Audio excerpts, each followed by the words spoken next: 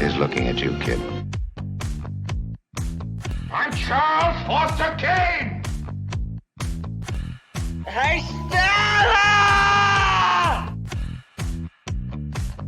Suck on this.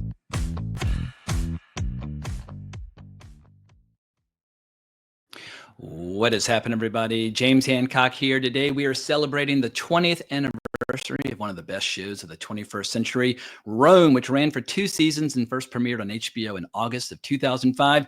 Joining me for this discussion is the great Daniele Bolelli, the host of the epic podcast History on Fire. He's also a writer, a university lecturer, a badass martial artist, and I can't think of anyone on this earth better qualified to analyze this show apart from perhaps one of the show's co-creators, the great John Milius. In any case, Daniele and I first met when we tackled The Last of the Mohicans on Wrong Reel 532, and I'm very fired up to dig into the topic at hand. But Mr. Bolelli, welcome back. It is great to see you again. Thank you for having me. Now we have the same hairdresser, I can tell. So absolutely. Yeah, I've seen some of your early podcasts, how I first discovered you when you had the big old mop of beautiful hair. But I see hair and not now. So time is the fire in which we burn. Yes, indeed. Now Rome is interesting. I'll tell you one thing to start things off that really made me realize how good of a show it was. You know, growing up in Italy, I got Roman history shoved down my throat from the time I was 5 on, right? It's like you get it in elementary school, you got it in junior high, you got it in high school. In high school, I had to study multiple hours every week for multiple years of Latin and Greek, translating stuff in Latin literature while at the same time studying it in history. So, I mean, you get Roman history so much that I was like, I hate this stuff. I just hate it. I cannot stand the Roman history. Can you just give me something that I enjoy instead of Roman? You know, it's now, like. Did you know at that time your vocation was going to be a historian, or were you just easing into it at that time? No, but I mean, I like history. I was just like, I don't want to hear about Rome ever again. I just, this is bugging me. It's like there's so much other cool stuff out there. Why do we are always talking about Caesar and the collapse of the Republic and this and that? And so I came to HBO's Rome a little with that baggage, you know. It's like, okay, it's Roman history, you know. It's there's so much other stuff I like. Why this? And within an episode, I was sold. And after that is for me as a historian, I rediscover an interest that I never had in Roman history, where suddenly I was like, now I see why this stuff can be great. Now and you've tackled it repeatedly on on your show, whether it's gladiators or sex in ancient Rome. But it's a it seems like this show almost is a can be held directly responsible for so many of your episodes that you've cranked out over the years. 100%. It was exactly that experience where I was like, now I understand what's interesting about Roman history. Now I get it. I think, you know, it's like anything that you're sort of force-fed in school rarely leads to a deeper appreciation for the topic. Whereas in this fashion, where I discovered it, or again, I rediscovered because I was exposed to it. I knew all the stories and stuff, but didn't care for it. I discovered the passion for it through the HBO's Rome. And that's what told me, this is a really good show, because I started with lots of preconceptions and my whole perception of it was flipped as a result of the show, to the point that, as you said, then I made it one of my things that I studied a lot. I created episodes about it and so on and so forth about ancient Roman history. Very cool. Before we get into all my official questions, let's pause for a second and just plug and promote everything that you're working on right now. Where do we stand with any news and announcements related to your 2-volume historical fiction novels about Caravaggio? What's going on with your podcast? What can we promote to help people discover more work by you? Sure, I think so. The obvious entry point is History on Fire. There's like a gazillion free episodes where I do deep dives on various topics in history, anything from 5,000 years ago to 50 years ago, kind of all over the globe. I just research like crazy on a particular topic and eventually try to deliver it in a way that's hopefully engaging enough to make people wanna, you know, is that feeling where rather than the bored high school teacher, you are at the edge of your seat, like, what's happening next? You know, this character is too cool, that type of vibe. Using music from Sergio Leone movies definitely helps bring the episodes to life. Yeah, I got that epic vibe kicking Yeah, in. So totally. Extreme on Fire is the obvious entry point, and it's free. It's wherever you listen to podcasts, so that helps. As far as books go, so I did finish the first of 2 volumes of this historical fiction epic I want to do on the life of Italian painter Caravaggio. Um, Historical fiction has changed tremendously over the past 10, 15 years or so. Is like I was talking with an agent who was like, give me a list of books that you think are somewhat in that vein. And I gave him a list that he was like, you know that every one of the book you listed is at least 15 years old or more, right? And I was like, what do you mean? He's like, well, today historical fiction is 80 to 90% female readership, 80 to 90% is romance set in the past. I was like, oh, that is not what I'm doing here. So it's not impossible to do it. It's just harder because there's a shrinking market for that. I was like, I get it. But I had this conversation recently with, I don't know if you're familiar with Jocko Willink. For Absolutely. I took some of his brain pills last night. Perfect. Yeah. So we're talking with Jocko about creating something that bring out that epic historical fiction vibe, both in novel format and in graphic novel format, to then use it as having an IP that can be used for TV shows, that can be used for movies, that can be used. So it's more than just my Caravaggio book. It's like really try to put a bunch of stuff out there that goes into that direction. So I don't know. We are still figuring out how, but I'm guessing that Caravaggio is going to be published probably the end of this year, either end of 2025 or probably early 2026. So it's finally going to see the light. And once that's confirmed that volume 1 will be out, I'll start cranking down on volume 2 and work with that. And does it basically pick up where you left off with your podcast about Caravaggio? I think you did maybe like 7 or 8 years ago. Yeah, I did the podcast. I think that's the difference between history and historical fiction, right? To me, history, I take it seriously. So I want it to be super accurate. I want it to be, if I'm speculating about something, I'll tell you. We don't really know. This is what the educated guess can look like about it. Fiction, of course, is a different beast because I take a lot of real history. So I don't know, 50, 60, 70% of the life of Caravaggio follows that timeline, follows real events. But then the beauty of fiction is if you want the real history, listen to the podcast, read a book, do whatever else. This is my Caravaggio. You know what I mean? This Nice. is I me like it. taking a Caravaggio that's historical and spinning it in a character that becomes my character. It's not something Lots that's of knife fights in alleyways and that sort of thing. yeah. And I think for me, without giving too much away in terms of plot, but like part of the story arc that interests me is that Caravaggio as a character in history, he's sort of famous for being the bad boy artist. He's sort of the poster boy for the tortured artist, the suffering artist, the artist. So the message that comes through from his life is that artistic talent and sensitivity go hand in hand with being insane, mildly disturbed, and you end up badly. I like to take that, acknowledge that, yeah, of course, extreme sensitivity usually leads to people being a bit tortured in some way. But I like it to give it an arc where it's not a death sentence, where it's not like you're bound to this horrible fate, and that's the price to pay for being sensitive and artistically talented, where there is a way out. So to me, in a way, it's a story it's kind of like about somebody dealing with PTSD and climbing out of, finding a way to fight their demons and climbing out of hell type of vibe. So that to me is what ultimately, aside for, as you say, the sword fights in the alleyways and the drama and the cool thing about Renaissance Italy, what the real theme is about this. Is about really just fighting with your demons and make sure that a certain kind of sensitivity is not a curse, but it can actually be turned into a lesson. Fantastic. Well, let's switch gears to quite a different period and quite a different story. And just as a refresher, we're going to start with a non-spoiler section with just for anybody who's yet to be exposed to the show. And then I'll give everybody a fair warning as well as a time code when we dive into the spoiler section. But just as a reminder to everybody, here is the official trailer, kind of remix trailer by HBO for both seasons 1 and season 2, just so people know where we're coming from in this upcoming conversation.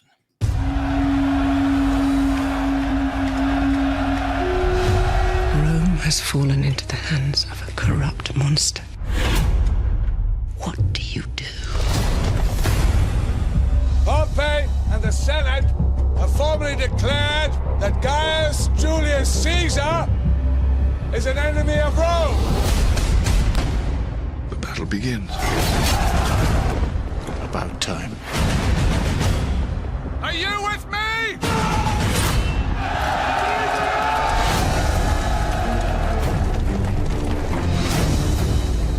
We men of Rome were strong and fierce, but also uncouth and solitary creatures. It is the women of Rome who have conquered the world. You're swearing you'll destroy me. Far better women than you have sworn to do the same.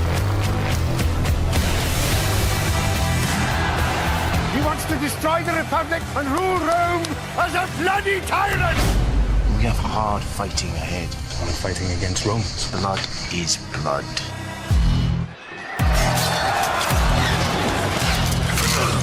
I'll give you a moment. There are gods you'd like to speak to.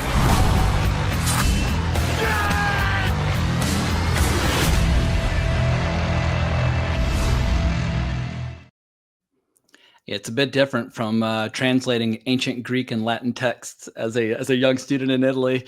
But yeah, I think that show, if you released it today, would still mop the floor with any show being made in 2025. I think it even mops the floor with some of my all-time favorite shows like Deadwood and Game of Thrones. Anything from the great heyday of HBO, Sopranos, whatever you want to mention, Rome is in the mix as the GOAT. So let's try to boil down what was it about this show that helped break you out of your feeling of being overfed when it came to Roman history.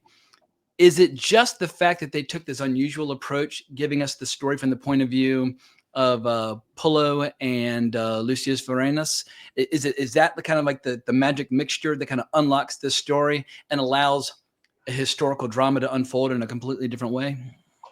I think so. I think that's a genius move because we have all seen a million times the big characters of history as the lead characters, which of course creates some issues because now you have to be faithful to that character because we know them so well historically. Now, anytime you break from the original, so it gets more complicated. And also you get these, if all you get is this upper class Roman elite fighting for power in the Senate, it's so unrelatable in terms of day-to-day life.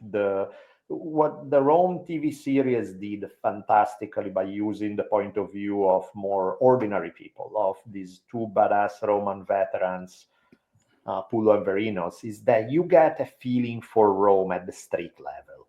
You smell the street, you eat the food, you feel like there's a texture that comes through it where you feel like it's real life. You feel like this is what it was to step out of your house and being in the street of Rome over 2,000 years ago. This is, whereas, if it's all like the marble walls of the Senate and columns and guys in togas in formal environment, it's like not the same thing. It feels like the way they had me study history in school. Very stately. Yeah, sort of sterile, right? There's not enough of that meat that give you real life feeling to it. Whereas, what Rome did was brilliant because now you have that level, they interact with the high level of politics and all of it, but then you always bring it up to a level that's so much more relatable. And I absolutely love that. It almost becomes hilarious at times where these two individuals, and I should specify these actors and these characters are, hang on one sec, but I always forget the name of the actors themselves. Ray Stevenson, the late great Ray Stevenson, as well as Kevin McKidd as these two characters. But they basically have a front row seat to the most important events from the Gallic Wars through the Roman Civil War up through the death of Antony and Cleopatra. And at times you almost have to kind of I guess, willfully suspend your disbelief because you're like, wait a second, they were there for, for all these events, but you just, the magic of the show, you completely fall under its spell and you believe it's totally plausible as written in the show. Yeah, it has a little bit of a Forrest Gump vibe of just being there in the middle of it all, and but that's cool, and even the timeline is off because, of course, these events took way longer than what they make it look like in the show. But who cares? Again, it's fiction. It's not supposed to be. If you want literal, accurate history, you watch a documentary, you listen to a podcast, you read a book. This is about giving you a plausible version of the history that comes to life, where 70%, 80% will be accurate, and then the rest is because it fits better in a cinematic narrative. And a great feeling of high adventure, and I think that's where you feel the influence of John Milius. Like when Polo and Vorenus get lost at sea, when Mark Antony is trying to come and give reinforcements to Julius Caesar, and they're basically lost on a raft of dead bodies. And where do they come ashore? Right there where Pompey is waiting with like the remains of his forces. Like, oh, that's very convenient, but it just works. But it just gives you this incredible feeling of epic high adventure. Yeah, no, it's as you said, if they made it today, I would like it just as much as I did 20 years. It's unreal that it was made 20 years ago, because it's 20 years ago, if you remember, this was the early days of the time when TV series were beginning to seriously challenge feature films. Because, all the talent has always been in feature films, and TV were like, sort of the distant cousin of the high level stuff. And then around that time, end of the 90s, very beginning of 2000 is where things started flipping. Probably early 2000, where you started seeing TV shows that were masterpieces. And this is a perfect example of that. Now, you brought this up in your podcast about the show, but the showrunners placed a heavy emphasis on authenticity over accuracy when it came to their overall approach. What do you think they mean by that, and were they successful? I think, accuracy means you're doing history. You are going to be down to the last details, stay faithful to real history, which I think is a completely suicidal model when you're trying to do historical fiction, because at that point is, there are certain parts that don't work in a good narrative. There are pieces that we don't know where you have to make up something where. So I think the feeling of being authentic doesn't mean that is literally, because nobody knows exactly the way things went down to the last detail. So you understand that you're looking at fiction, but you look at a fiction where you feel like, yeah, I can see how something like that would have happened. I can see you get a texture of it that feels authentic, even though obviously no TV show is going to be authentic in the down to the last accurate detail. Now, what about when it comes to kind of the more libidinous elements of this show? Like when we see Octavian kind of curiously watching his mother Atia as she's in like, taking a bath and that sort of thing, or Octavian and Octavia later on in season 1 after they they get beaten by their mother. Is all that stuff? Is that just the writers just trying to add a little kind of kinky sizzle to the show? Or is that, once again, authenticity versus accuracy? Which way do those scenes kind of lean? Because it's a randy show, and Polly Walker just leans into it. I mean, Polly Walker for me is my favorite character. Atia is my favorite character on the show, but it's it's in your face every step of the way. Yeah, of course. I love when at one point Atia and this is not a big spoiler of the story because it's such a little detail, but there's this scene where Atia is like, as a peace overture to another Roman lady, she sends as a gift this slave with a giant penis. It's like, everybody loves giant. Come on. It's like, exactly. Yeah. A good penis, a big giant penis will never be turned down at any polite social function. It's how it goes. It's like, no, that show is hilarious. But yeah, I mean, of course, some of the stuff, bunch of the stuff about her, about her son, it's made up. We don't even know. We barely have a few lines about how the guy grew up. We don't know a ton. So you make up something that you think works narratively and vaguely works with what you know about Roman culture, where there are certain things that could have fit within the time in Roman culture, sure. So go with it. And what are the best primary sources from this period? I mean, I know Julius Caesar kept exhaustive records of the Sure. Gallic Wars, but just as someone who is having to transcribe a lot of this as a young man, what are the great primary sources for this entire period of like the Civil War up through Antony and Cleopatra?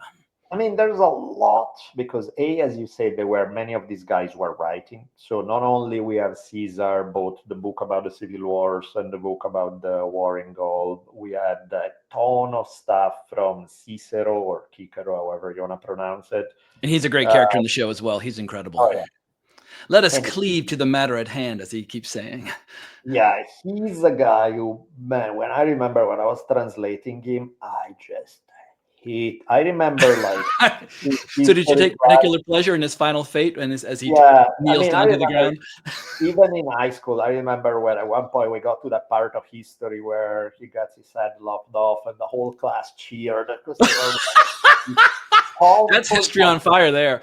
Yeah, pompous, self-righteous guy is like obnoxious. But yeah, no, it's so there's a bunch of stuff like that. Caesar and Cicero are probably the biggest one, but there are others that were around that time who wrote their own stuff. There are historians who wrote about it, whether you're going for Plutarch, whether you're going for Livy, so there's a lot of material that's contemporary or shortly thereafter looking backward. So yeah, no, Roman, I think that's why people also hear so much about Roman history, among other reasons. We just have way more sources about Rome 2000 years ago than we have about most societies 2000 years ago.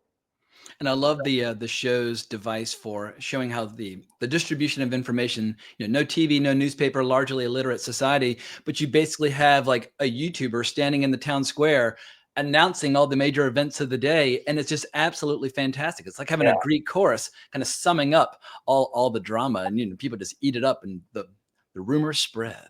Well, I should mention about the sources one thing, so that while it's true that we have a ton of material compared to just about any other society from that far back then, we don't have a single line written by a slave about their own experience. Gotcha. We have next to nothing by women. We have to, so we do have a lot, but it all comes from a particular perspective. Yep. It all comes from the great men of that the day, elite of the elite within the society, which again, still tells you a lot, but it's not like we have it from every point of view. Yeah, Caesar's telling the story of his life in a particular light. Yeah, of course, absolutely. Yeah. Well, I want to get into some specifics from the show. So this is going to be my last and only spoiler warning. 3, 2, 1, bail out now if you've not seen the show, or go see the show and come back. It's 22 episodes. You can thank me later. But a lot's been said about how the latter half of season 2 felt rushed due to the showrunners learning halfway through the season that the show was not being renewed. It was very popular, but also incredibly expensive. But now that I've seen season 2 a second time, I have to say that its stock has climbed in my estimation, especially just like the final line by Pulo just had me absolutely howling. But for you, what was lost and what was gained by the writers basically starting to leapfrog through major historical events in the latter part of season 2? I mean, people back then were whining about, oh, season 1 was great, season 2 was so rushed. And yeah, of course it was rushed because the writers were put in this impossible situation of having to wrap up what they were planning to cover in 4 seasons, have to do it in 1. But it was still fantastic. The dialogue was fantastic. The characters were fantastic. The action, everything about it was brilliant. It was just more fast-paced, which is because you have 12 hours to tell a story instead of 40, but I didn't even think it dropped in quality. I like season 2 just as much as I like season 1. Now, that's an unpopular opinion because overwhelmingly people tend to like 1 more than 2. I did not see that big drop at all in between the two seasons. I just found that the pace was faster. That's all. That's The only adjustment I had to make the first time through a couple of years ago was when the actor for Octavian, later Augustus, gets recast. And so I was so just charmed by the initial actor and how precocious he was and how he's wise beyond his years. I just found every line that he uttered to be so hysterical. When they recast him, I was like, ooh, it's tough to get emotionally invested again in a new actor. Second time through, all those problems washed away.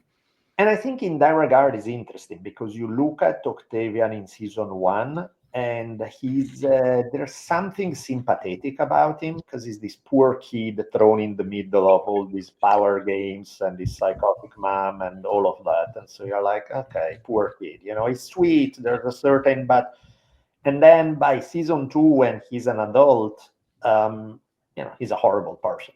And but it was interesting because it kind of shows you in season 1 how he ends up in season 2, and in season 2 you're like, we know from history that he wasn't the nicest person ever, and so now we can see it, but we also saw how he got to be this way. So cruel and heartless, but he wasn't always that way.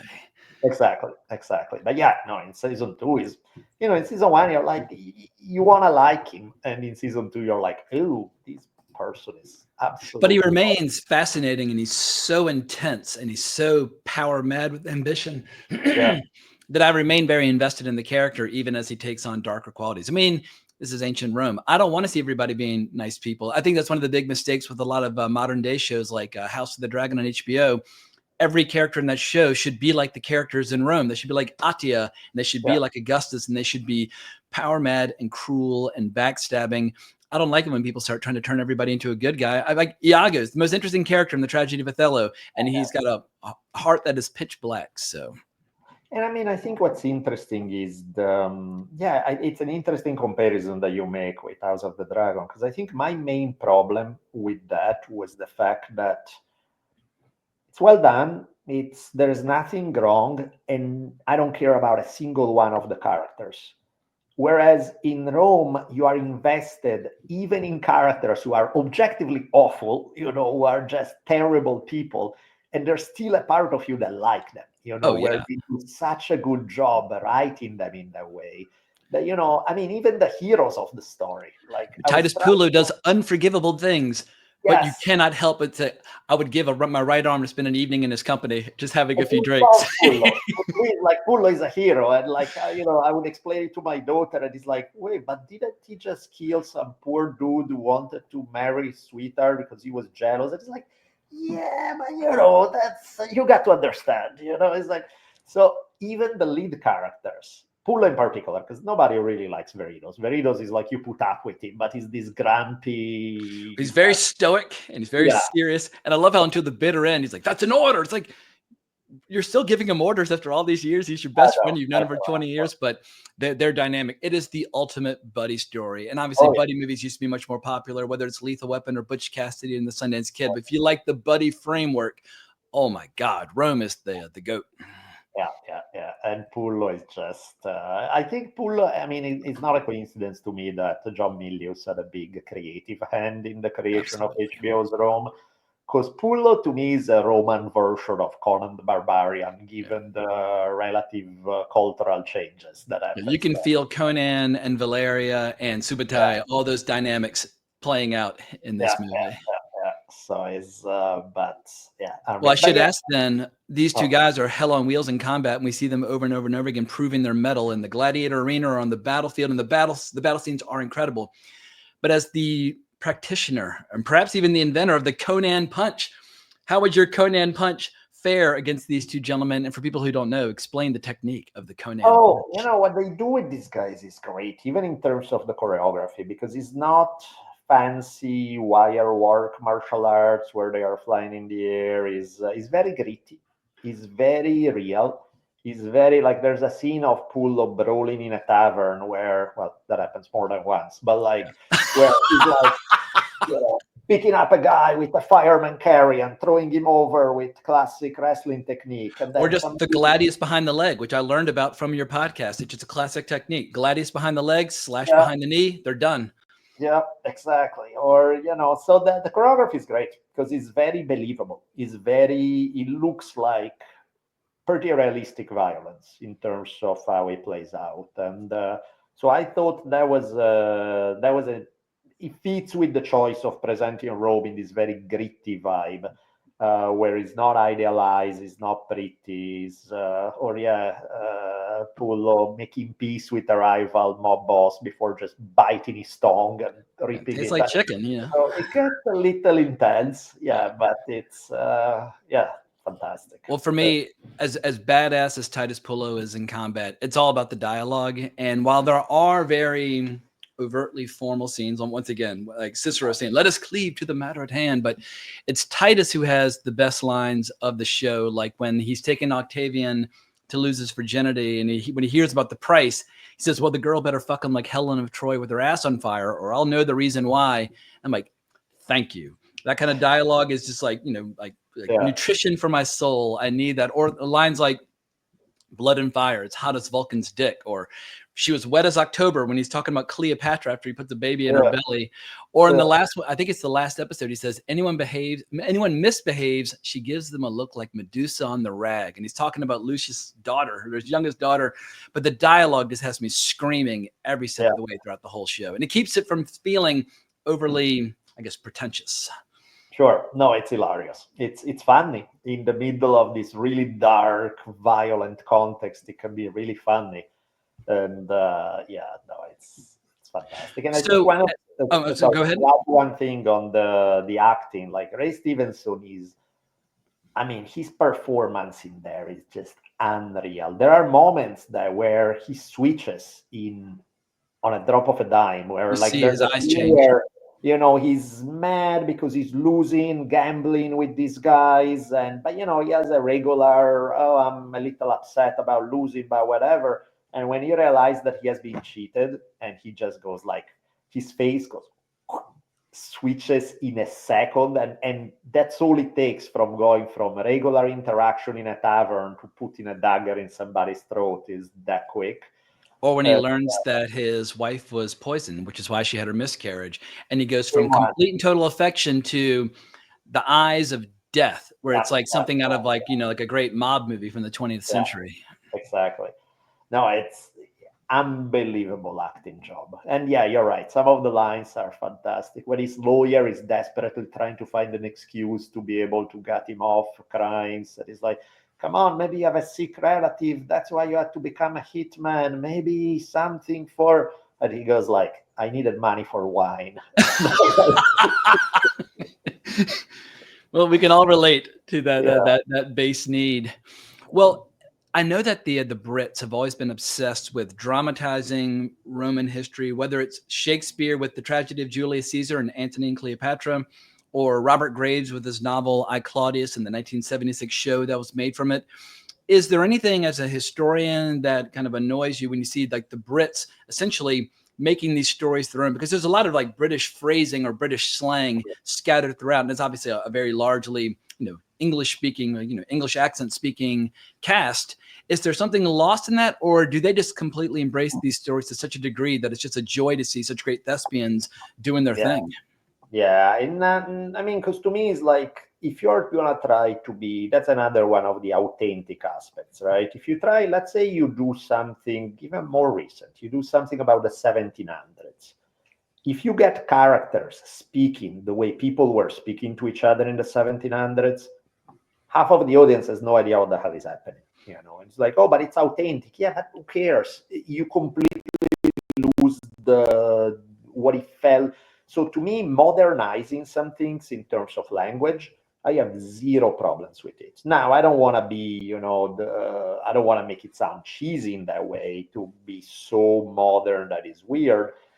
But I kind of would rather go a little more the modern route and modernize these things so that the audience can relate more, rather than trying to be ultra authentic with a language that's so foreign to everybody that it stops even making sense to people. So to me, I don't mind the fact that somebody adapted to their own particular culture or their own particular time a little bit. I think it's inevitable and it's fine to do that.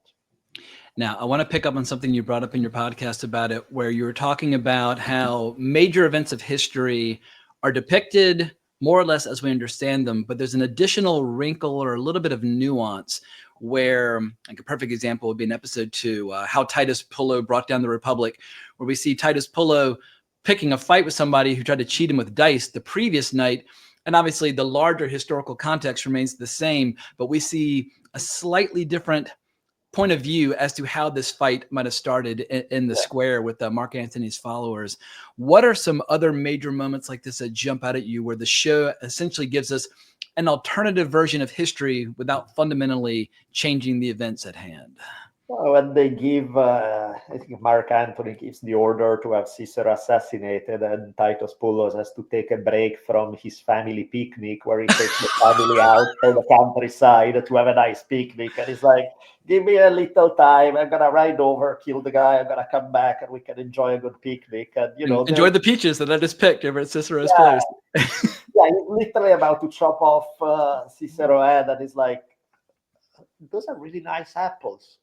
Would you mind if I grab one? And Cicero is like preparing to get his head cut off, and he's like, yeah, you can grab the apples. And along those same lines, with the same scene, there's a messenger at one point riding hell for leather who nearly runs over the adopted son of Lucius. And of course, he pulls him down from the saddle. He lets him go on his way. But of course, the key message that Mark Antony and Octavian have formed a common cause against Brutus, but the message that was meant for Brutus gets left behind. So once again, they're just adding this little additional wrinkle where if he hadn't nearly run over the son of Lucius, perhaps he wouldn't have pulled him off the saddle, and perhaps the message would have gotten to Brutus, and that whole battle might have unfolded in a completely different way. Yeah. No, I love that. I love the what ifs of creating things with history, where of course we don't know, and so you're playing with it a little bit with the real well-known facts and what could have led there. And, it just makes the show come to life in different ways, and also just once again just inserts these two characters into all these key events in ways that doesn't change the events. It just makes the story of Rome unique to the show of Rome.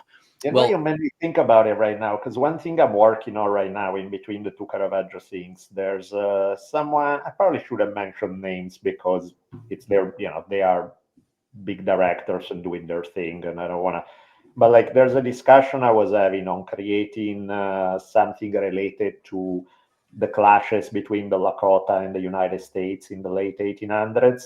And I realized that in the way that I'm framing the story, that I'm creating the characters, I'm doing 100%. There's a buddy movie vibe to it. There's the characters that are unknown interacting with the super known ones. It's like I realized that I'm following that model to a T.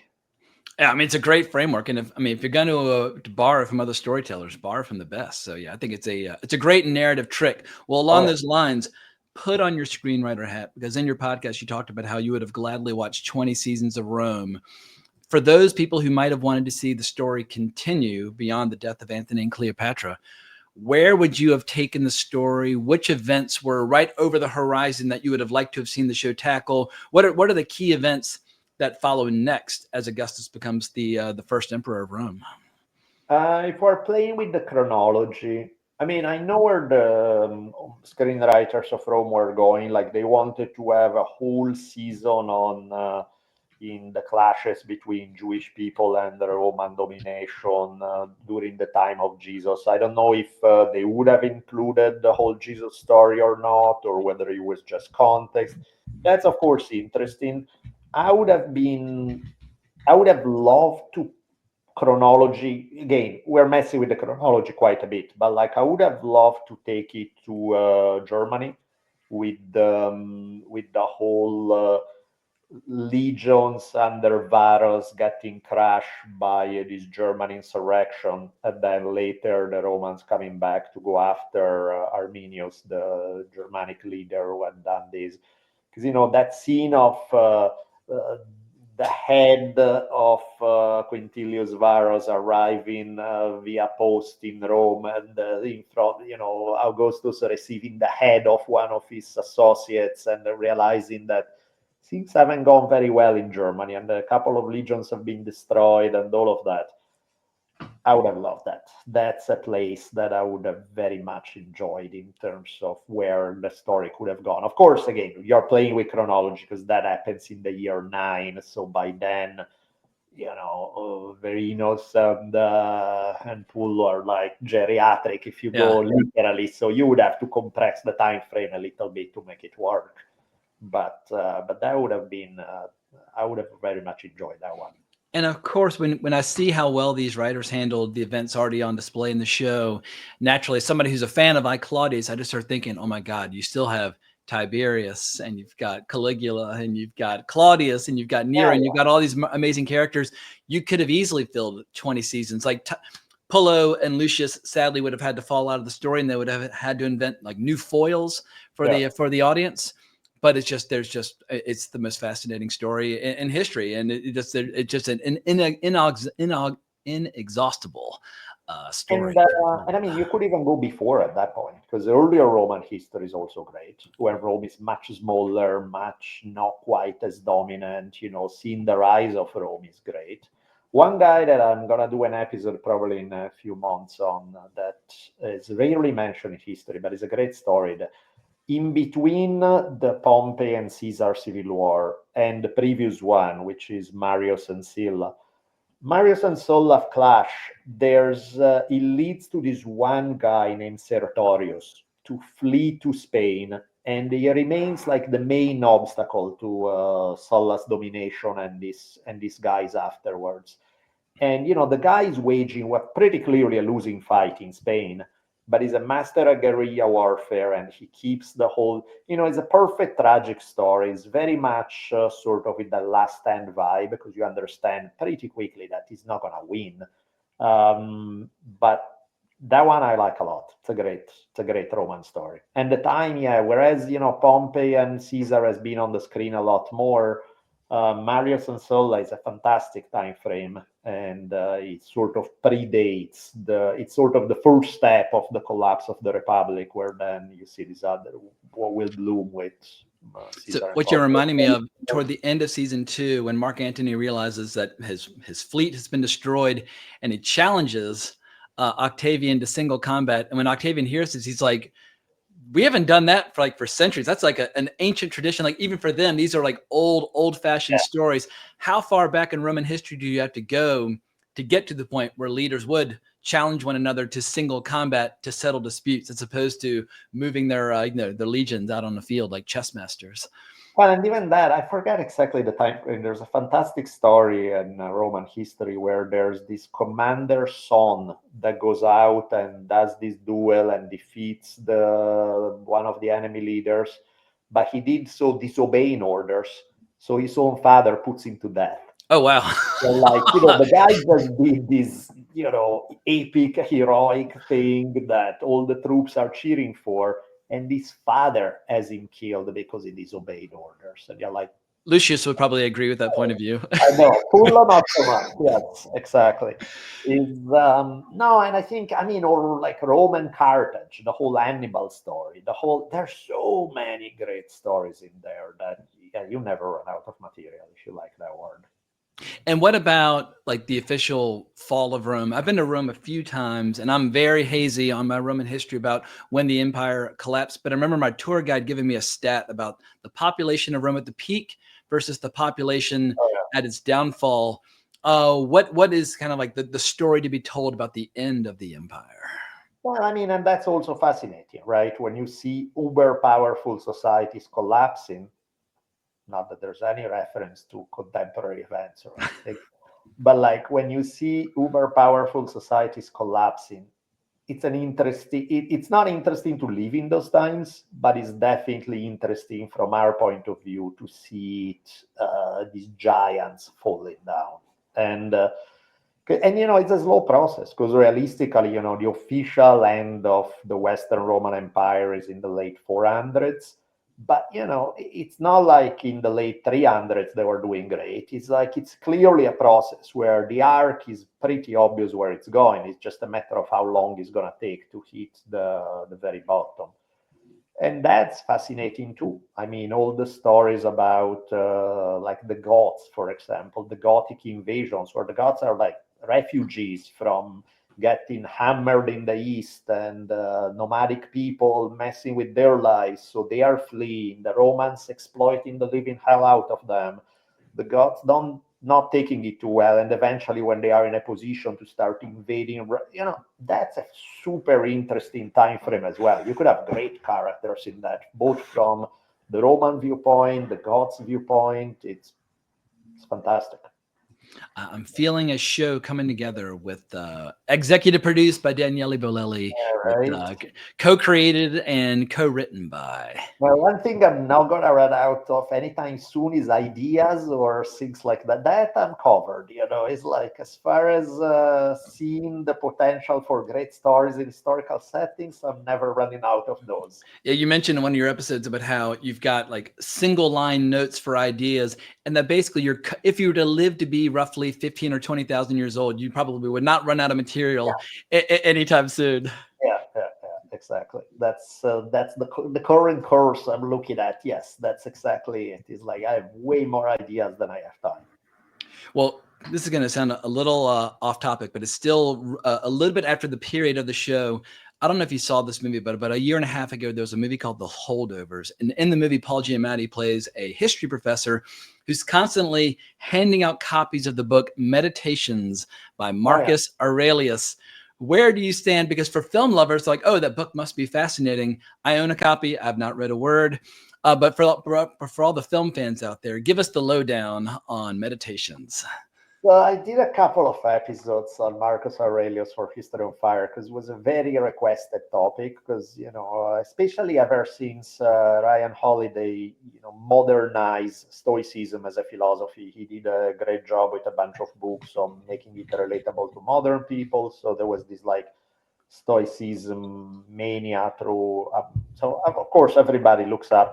Plus Marcus Aurelius has the fame as like the good emperor, one of the great ones, all of that. So I had super high expectations going into the research, and the more I read, the less I liked it. I was like, and don't get me wrong, in the Meditations, there's a lot of stuff that's good advice, that's brilliant ideas, and all of that, right? For sure. Marcus Aurelius, and I think is the problem when Stoicism gets taken a little too far. He sounds like the most joyless human being ever. So he has a very Lucius Verinos vibe, very much duty and hard. And he's giving all this good advice on dealing with stress and terrible conditions and things that may be challenging, and he's giving good advice, but you kind of get the feeling sometimes as you read it of like, what's the point, for what? It's like, because you clearly don't seem to derive any joy from life.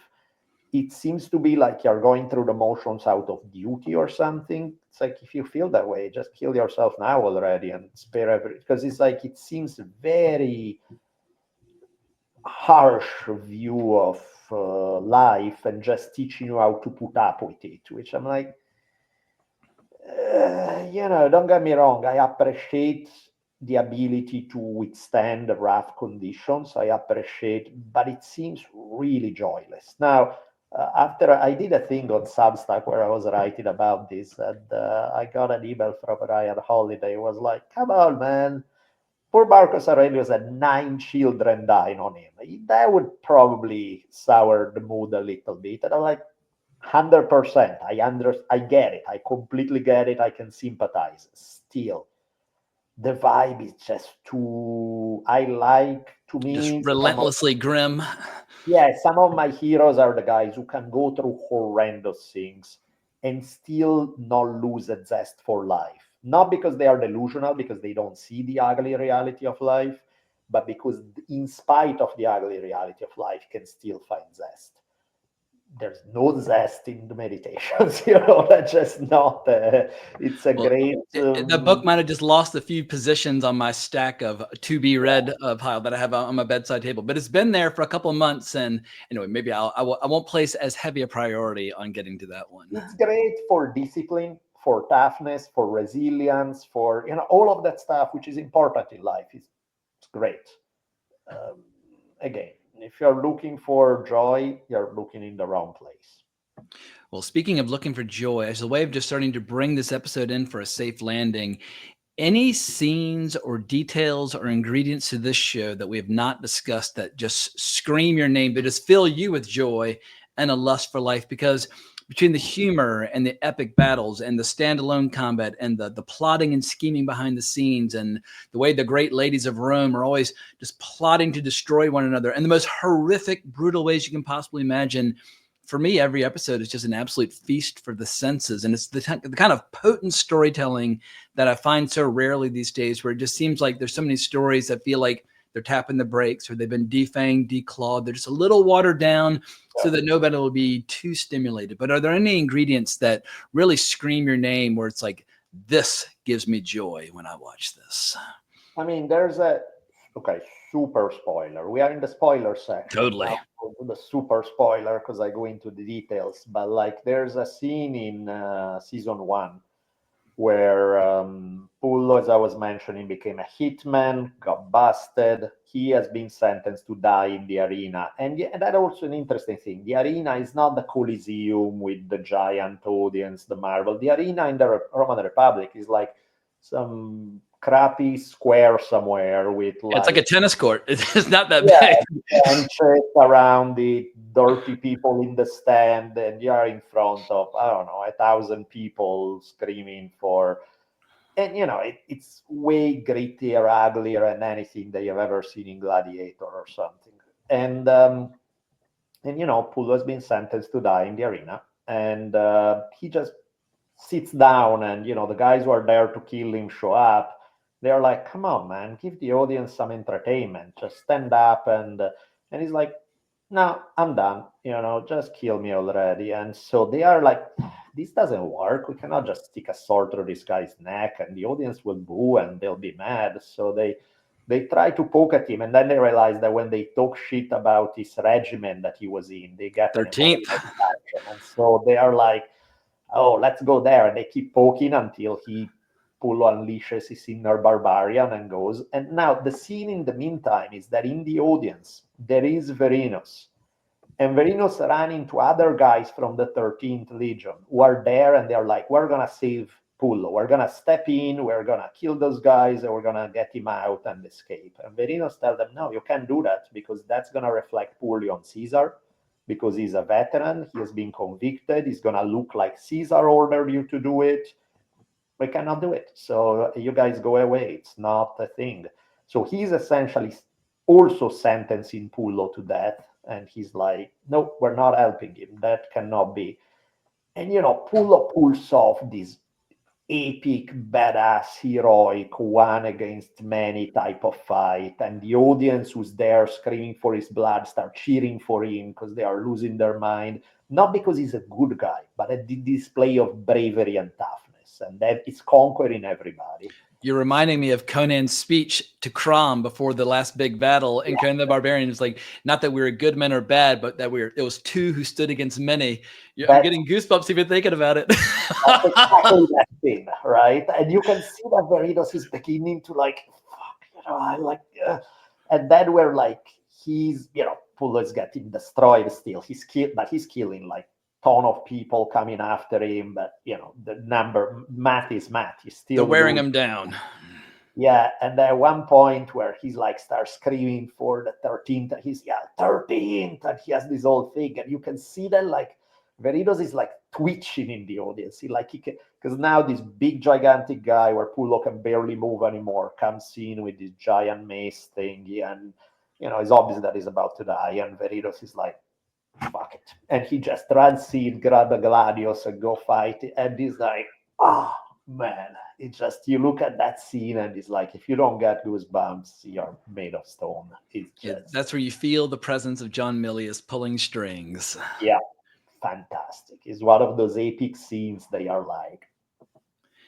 And it's great seeing how it gives Titus Pullo like a second lease on life, where he starts walking around town saying like, I'm Titus Pullo, I'm Titus Pullo. He's pointing to the paintings, and because overnight he becomes like a folk hero, and suddenly his his mood switches, or his mood, like his vibe shifts and that sort of thing, are just incredible, because he can be so depressed and so morose, and then just filled with so much life and such a hunger and such a vitality. Yeah, What Ray is Stevenson. It breaks my heart that we lost Ray Stevenson at such a young age. I know, terrible. The Robert E. Howard description of Conan describe him as in gigantic mirth and gigantic melancholy. Absolutely. And like everything being big emotions, is like all the... Robert E. Howard, Coming of Conan the Cimmerian, right here. It's I guess like the first 10 or 15 short stories, but I love Robert E. Howard. Robert E. Howard is one of the most underrated, greatest writers ever. I mean, when you look at the way he writes, Jesus, what a good writer. Unbelievable. Yeah, he when it comes to dark adult fantasy, or sword and sorcery, however you want to describe it, his books or his stories are nearly 100 years old, and they have few, if any, equals, because so few people are willing to imbue their characters with that philosophy. There's plenty of great stories of high adventure with people having battles, but it's the philosophy, it's the code. And I think John Milius had his own philosophy, which he also imbued into his story. It's not enough just to have Conan running around beating up the bad guys. There needs to be that world view that so few filmmakers and so few storytellers, they're just unable to go there, or unwilling to go there. And that's what happened. They did a bunch of Conan imitation, the camp, there were a bunch of authors that kept up the Conan stories. They have nothing to do with now it's just a dude with muscles going around fighting. And you're like, yeah, I don't care. Yeah, the Robert 80s E. was Howard filled with plenty of stories or movies with people wearing loincloths with their butt cheeks out, running around beating people up. None of them were on the level of Conan, and that decade was full of those movies. And as a young child, I watched all of them. I love them, but there's only one Conan the Barbarian. Totally. No, and I think you nailed it. It's that philosophy, that something deeper than just a guy with muscles fighting, which is like, okay, whatever is. And that's what Robert E. Howard did brilliantly. And that's what, to me, they did with Pull, with the character. Is obviously not the same as Conan, but they took a lot of some of those ideas and put them in this guy in a way that's like a 360-degree, very layered character with so much personality, and it's just fantastic. Well, one final question. I know you've got books and podcasts and students and a family and many things screaming your name, as well as your martial arts training. Down the road, if I could ever lure you back for future conversations about either film history or TV history, what are the great historical epics and or just historical fiction stories in film and television that I could use as bait, kind of set as a trap to bring you back on the channel? Because I'm more of a movie fanatic. And when it comes to epics, 50s, 60s, and 70s, that's always screaming my name. But obviously beforehand, we tackled Last of the Mohicans from the early 90s, and now we've tackled a show from 2005. But what are the shows and movies that scream your name when it comes to historical epics? That's a good question. Like if you were teaching a seminar and you were going to walk your kids through 5 to 10 great historical epics that are both marvelous entertainment as well as interesting from a historical perspective, what jumps out at you? I mean, if we were to go as close to porn as it gets, the Spartacus series was pretty fun. That one I enjoyed. They did 3 seasons of it. That was pretty cool. Trying to think. Of course, with my interest, I do a lot of Native American material. So even the stuff that we did the Last of the Mohicans, of course, there was Dances with Wolves that, despite all the limitations of the movie and some issues, is still very interesting movie, still very well done. So something like that is interesting to me. What was your opinion of Empire of the Summer Moon? That's one of the books I have up here. So don't worry about hurting my feelings if you're going to deflate some of my enthusiasm. I notice your hesitance as you start. It's worse than deflated enthusiasm. I'll send you a link. I did recently, like, I don't know, a month ago or something, an article on Substack. And my Substack, all the articles are free. It's freely available. So if anybody, and I'll include a link in the video description below for this video as well. So, okay, Empire of the Summer Moon is the issues. To say it quickly, I go through a lot of examples in the article, but to put it quickly, is like, I think is well written. I think if the guy did historical fiction, he could do a good job because he's clearly a good writer with a sense of narrative. As a historian, I mean, F- would be generous. It's like the worst history I've ever read. It's really so bad in just factual stuff, like just not fact checking anything or straight up making shit up along the way. That is embarrassingly bad.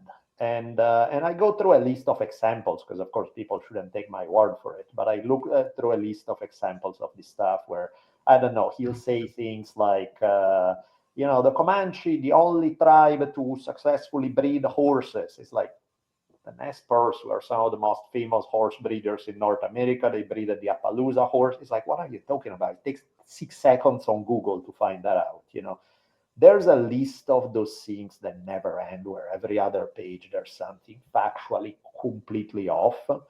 And then there's another part too that, like, once we have established, okay, the actual facts are just not there, there's another part that colors the narrative in not the best light possible. There are multiple passages that are, like, there's one, well, I'll put it without commentary and you tell me what you think. There's a passage where he's talking about Anglo-Americans arriving in Texas, 1800s, right? And he's going, so the first human settlement in Texas. And you're like, human? Because, centuries and centuries, not even of nomadic tribes that you can say, well, I meant settlement in a particular kind of way. A bunch of tribes in Texas were sedentary or semi-sedentary at some point. They don't count as human settlement. It's like, what am I missing here, And then after I see stuff like that, I see throughout the book a bunch of things about, the Comanche, these low-level, dirty, primitive, barbarian kind of thing. And you're like, I'm sensing something there, so I think the combination of factually being monstrously incorrect with something that, I don't know if you want to call it racism or not, but it sure sounds like it's close cousin, not a great combination. However, he writes well. Well, what it sounds as if we need to do at some point is tackle a proper Western, and I'm a Western fanatic, and I usually talk with my friend David Lambert, he's into the histories, he's also into the novels and the fiction and the movies, but I would love to tackle a phenomenal Western with you and also get into some of the Native American details, whether they're wildly inaccurate or right on the money. But I'm a fiend for Westerns. I always think of Westerns as a genre, as a period, but really, it's a period. And so if you ever want to tackle a movie from that period in that setting, I would roll out the red carpet anytime. So how about I'll throw 2 at you. So obviously The Searchers, which is I love it. Yeah. To, I've got the Blu-ray in the back room. Yeah. Yeah, which is obviously related to Empire of the Summer Moon. Totally. Yeah. And the other one, and speaking of some of the, I think this was a John Ford movie. There's one, I forget the title. I think it was Rio Bravo. This one is less epic, but it's still classic Western in a beautiful hero story. Oh, Rio Bravo is one of my all-time favorite movies. I mean, it's hysterical, and it's Dean Martin. Is that the one with Dean Martin and John Wayne? Absolutely, with the alcohol problem. Yeah, Rio Bravo is. I also have that in the back room. I've got my books here. I got the Blu-rays in the next room, but Rio Bravo is very close. I saw it in the theater at the Monica 4 in LA, and I've been a fan of ever since. When I was a kid, there was this thing in Italy that you would have old movies that would show up in theaters, where some theaters would go like, okay, up until 7 p.m. we just do Westerns, and we'll show you everything from the 1940s forward. Every week we change movie, kind of thing. Did you ever see Vera Cruz as a kid in Italy? I know that Vera Cruz was very popular. Yeah, I mean, I saw pretty much anything you can think of at that time. But Fantastic. Yeah, I saw Rio Bravo in the theater probably 7 times. Nice. Yeah, it's a Hall of Fame movie. Howard Hawks and John Ford, Sam Peckinpah, Anthony Mann, Bud Bedecker, all these guys, they're all my heroes. And the Westerns in this period, whether they're accurate or not, the stories and the style and the filmmaking, it was a marvelous period. Basically, late 30s to early 70s, there were a lot of really good ones. And we get the occasional good one every now and then, like the assassination of Jesse James by the coward Ford, but they're very, very rare now, whereas we were just we're drowning in the good ones, in a bygone era.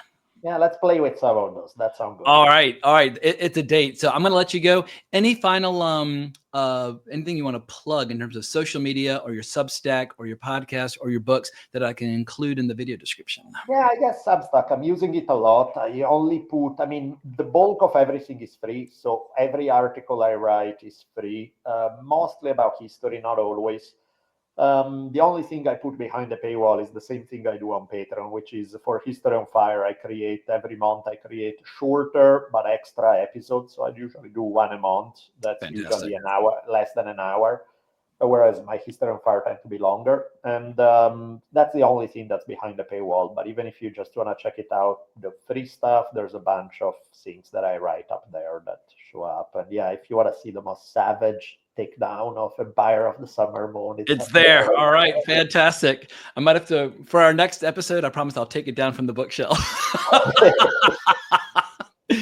Well, we can't thank you enough for listening. We hope you enjoyed the episode. And I can't thank Daniele Bolelli enough for coming on. It's been an honor. It's been a privilege. It's been a huge thrill. Remember to like, subscribe, hit the notification bell, all that good stuff. But more importantly, as always, onwards. It ain't like it used to be, but it'll do. You know how to whistle, don't you, Steve? You just put your lips together and blow.